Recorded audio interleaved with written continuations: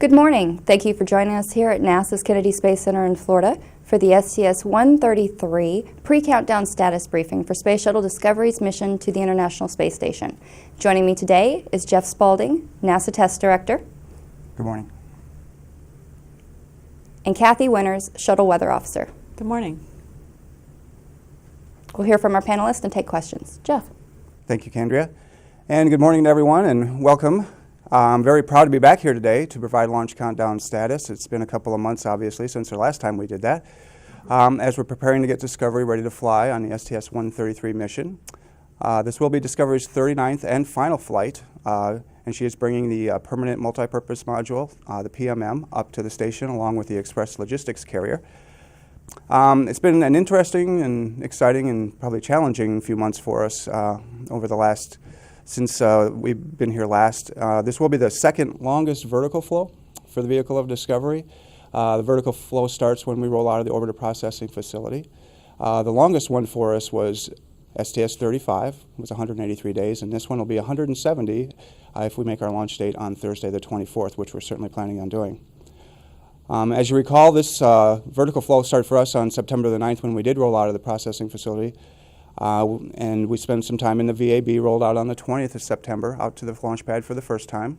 Flow was going very well. We did have a leak, as you recall, on our OMS pod, and we had to replace one of our flange seals. That was one of the big topics we had before our first launch.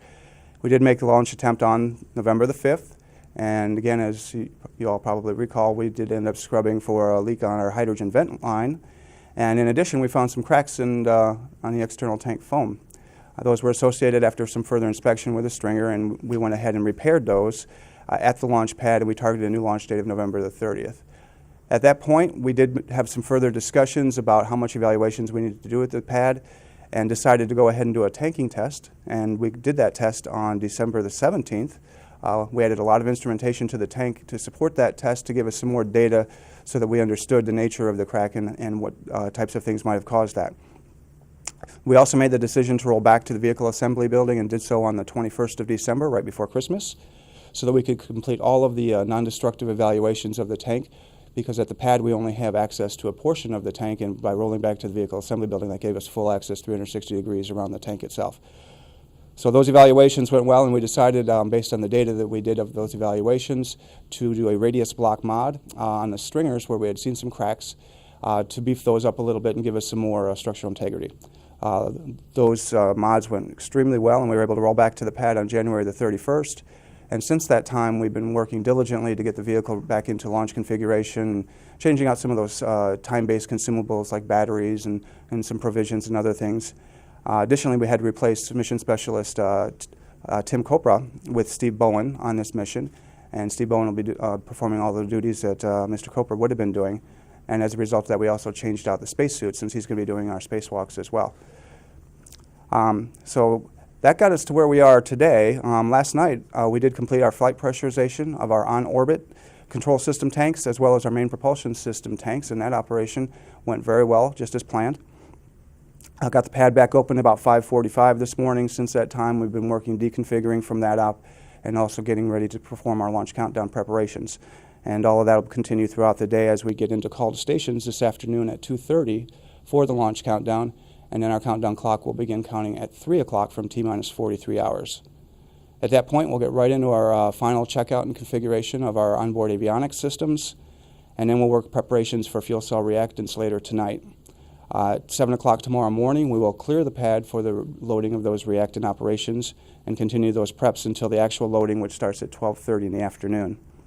We expect the pad to open up about 6 tomorrow evening from that up, and then we'll continue with about 120 pounds of liquid oxygen that we continue to offload of the vehicle to get us to our appropriate flight load and flight mass for that system, which is about 4 more hours of work to do there. We will proceed with our checkout of our orbiter and ground communication systems and all of the networks associated with those on Wednesday afternoon at about 2:30, followed then by our final flight crew equipment stowage operations at about 4. On Wednesday evening, the rotating service structure will be pulled back away from the vehicle, and the xenon lights will be turned on, revealing the vehicle in its launch form for the last time, and that'll be about 8 o'clock on Wednesday evening when we do that. Then as we go just past midnight, about 12:30 or so, our countdown clock will resume from T-minus 11 hours, And then at that point, we'll begin our final loading preparations and begin clearing the pad about 2 a.m. on Thursday morning. Our earliest tanking time is at 7:25 Thursday morning. Takes about 3 hours as normal. And then we'll bring the flight crew out once we get the crew module configured at about 1:30 on Thursday afternoon. Our launch window is about 10 minutes or so in length, opens at 4:45 on Thursday the 24th. We will target the middle of that window, which correlates to about 4:50 p.m. on Friday, February the 25th, and then every day thereafter. We do have some Flight Day 4 rendezvous capability from a launch window perspective, which means that'll give us about 3 extra minutes or so on that 10-minute launch window for those days beginning on Friday the 25th. Now, we do have launch opportunities up through and including March the 6th before we run into some station constraints on our dual docked operations, because we have quite a few vehicles up there and things will be moving around, the Soyuz and the HTVs, et cetera. Before we get upon that, though, we do have some range constraints that are out there. There's an Atlas V on the range on March the 4th and a Delta IV on the range on March the 11th. So what that says is right now we have, from a planning perspective, we'll have the February 24th through the 26th with no issues at all. Once we get to the 27th, we actually come up against the Delta, even though that's later, that constraint first, because that will be our landing dates will start to impinge on the preparations needed to prepare that Delta for launch. And then if we end up going out a day or more beyond that, then we would start potentially overlapping right on top of their launch date with landing. So that constraint is out there, as well as the ones for the Atlas on the 4th. So we'll be evaluating those, but right now the 24th through the 26th are very clear for us. We do have 3 in a row capability available if needed. We do the evaluations that we normally do for that. And we don't have any beta angle concerns at all the way through February or March. Our pad hold time is 8 days for liquid hydrogen, 9 for liquid oxygen, so we got plenty of time there. With that 120-pound offload, though, we do eliminate our 48-hour turn capability if we have to do a top-off, meaning if we do any top-off ops, it'll take at least 72 hours to perform that. It's an 11-day mission with 1 contingency day, 2 weather days planned. End of mission landing is at KSC a little before 1 o'clock on Monday, March the 7th. And then the 8th would be the +1 day, and that's around 11:30 or so in the morning on that day. There is ATV-2 docking, if you recall, that did launch a few days back. That docking is planned for about 5 hours prior to our launch, so it's pretty close to the time frame in which we're getting ready to get off the ground. And we'll be watching that closely, and if there are any issues with that docking, then the program would go off and assess any issues or impacts to launch at that time. And if needed, we could hold at any point in the countdown from that point forward. So we'll be ready and prepared for any of those things if needed. So in summary, Discovery has been a really remarkable vehicle for us and for the program. She still has a few more miles to go before she sleeps, though. She's taken us on many amazing journeys throughout the years, and we expect this flight to be no different than any of those. Thanks. Thank you, Jeff. Kathy. Well, weather is looking very good. We've had some great weather coming up to launch, particularly when we look at temperatures. Cold temperatures often become a concern for us this time of year, but we've had some really nice mild conditions with temperatures in the upper 50s for low temperatures at the pad, or ranging between the upper 50s and the low 60s. So it's been really nice weather for pre-launch processing, and that's going to continue. The only thing we do tend to get in the situation we're in now, where we have a high-pressure ridge that's offshore, we have an upper-level ridge that's over the Gulf of Mexico and over Florida. And what happens in that case is all the cold fronts tend to stay to the north of us, and we may just get the tail end of the boundaries that come through. When that occurs, sometimes we get some fog in the morning hours, and it also can cause some sealings. And so on launch day, everything looks good right now. If we do happen to delay a couple of days, that does become a concern. We start having an increase in concern for low clouds and sealings. But for now, launch day is looking very good. Overall. Let's go ahead and look at the satellite picture. We do have an upper level ridge that's built in over the Gulf of Mexico and Florida. And so what happens in that case is the fronts just don't quite make their way down all the way to us, or if they do, it's not really the portion of the front that has all the weather. So we tend to have just some clouds that roll in with the front and nothing real significant. We're not expecting any fronts in the area until the end of the week, till the day after launch. So right now weather does look favorable for launch day. As we go into our, let's go ahead and look at our forecast for the tanking forecast. The only concern is sometimes in the southeast flow we get some morning coastal showers. It's not a constraint for tanking, and so overall temperatures are nice and mild. Winds are from the east, 8 knots, and then above the surface will be southeasterly. So we get sometimes we get some convergent bands when that occurs, and we'll get an isolated shower here or there. Overall, there's no concern for tanking We're not expecting to violate any constraints. For our launch forecast, when we get those morning coastal showers, they tend to die off in the afternoon as the air temperature warms up and gets warmer than the sea temperature. So we're not expecting those to continue. Winds should be from the southeast, a little bit breezy, gusting to 20 knots, but right up the runway for our TLS and not violating any of our wind constraints. With that, the only concern would be is if we had a slight chance for a shower in the area or a ceiling, but overall just a 20% chance of KSC weather prohibiting launch. For SRB recovery, it's just a little bit bumpy there, but no constraints will be violated. Winds will be from the southeast, gusting to 18 knots. Seas are going to be right around 69 degrees, 5 to 6 feet. And for our CONUS, our abort landing sites in the CONUS, there are some concerns, particularly with wind. For Edwards Air Force Base, we have a 34-knot peak wind there, and that is a head and tailwind constraint violation. Also, we do have a chance for showers within 30 nautical miles. And at Northrop Field, we do have a chance for some blowing dust at 4-mile visibility. So that does violate the visibility constraint. For the TAL sites, weather does look good at Zaragoza and Marone. For Istris, though, there is concern with winds there gusting up to 33 knots. And so with that, that is a headwind of 33 knots. So that's the only concern, though. The other two sites, no violations. So we do have at least one good TAL site. If we do happen to delay 24 hours, this is when a frontal boundary will start coming into the northern Florida on this day. Winds will shift around to the southwest, gusting about 19 knots. We do have just a slight concern for showers and also ceiling in the area. We do have a little more concern about the ceiling with there being more clouds coming into the area.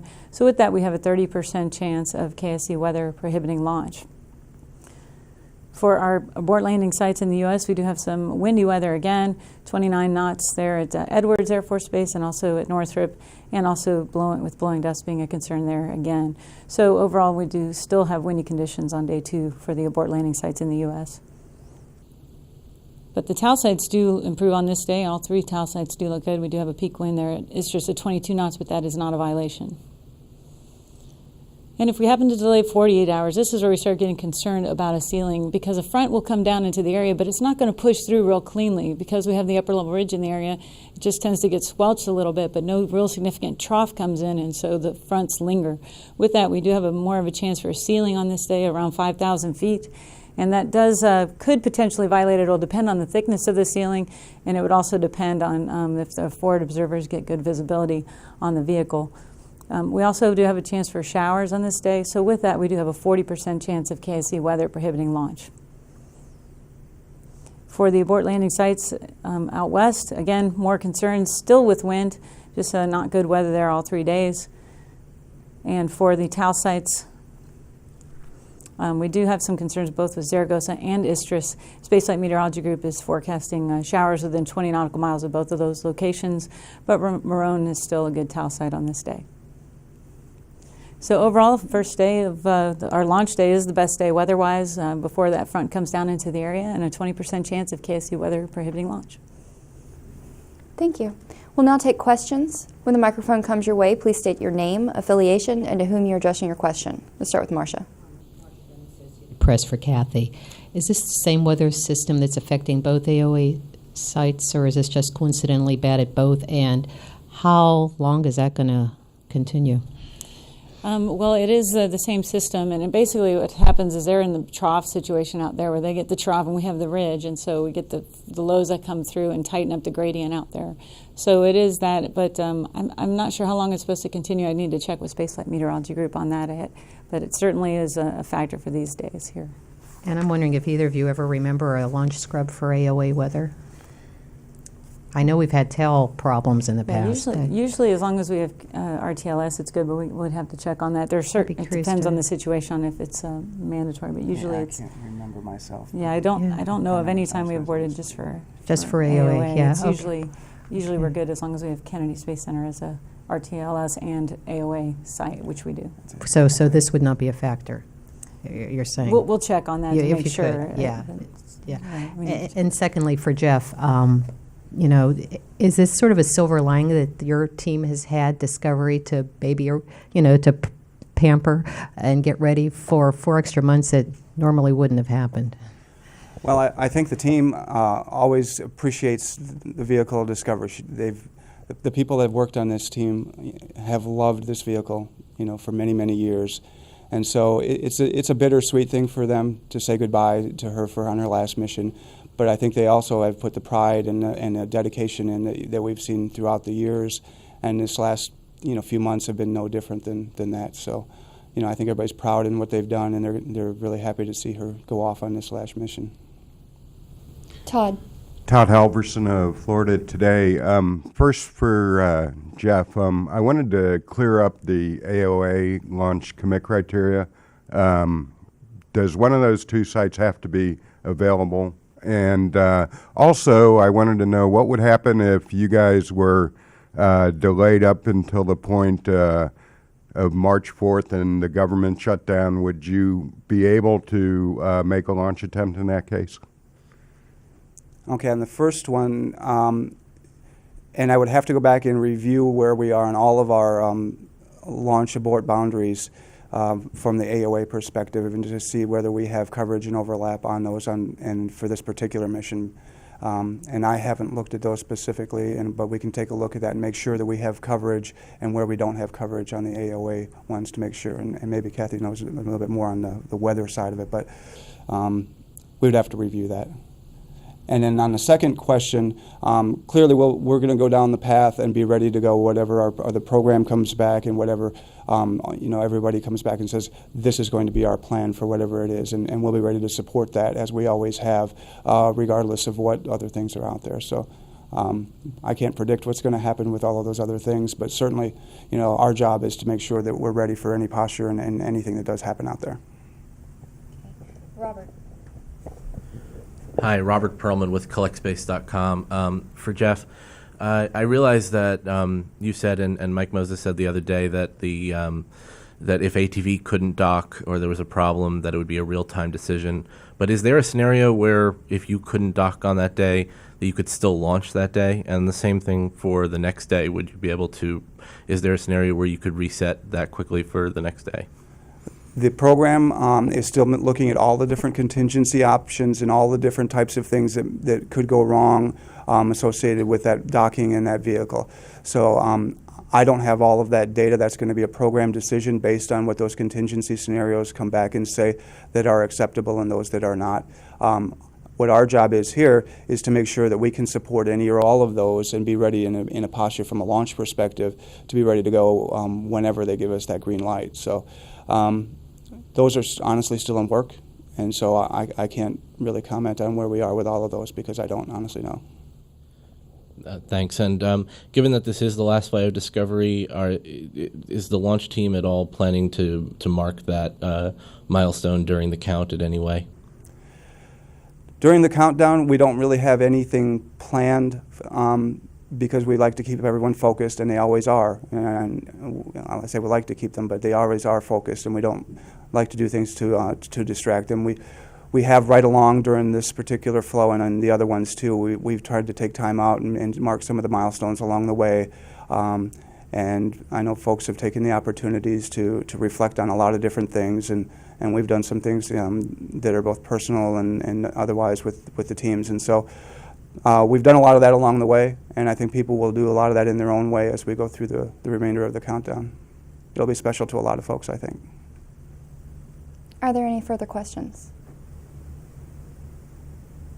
That will conclude today's L-3 pre-countdown status briefing. As a reminder, the countdown begins this afternoon at 3 p.m. Eastern Time. Please join us live on NASA television tomorrow at 10 a.m. Eastern for the L-2 countdown status briefing. For more information on the STS-133 mission and crew, visit www.nasa.gov/shuttle. Thank you.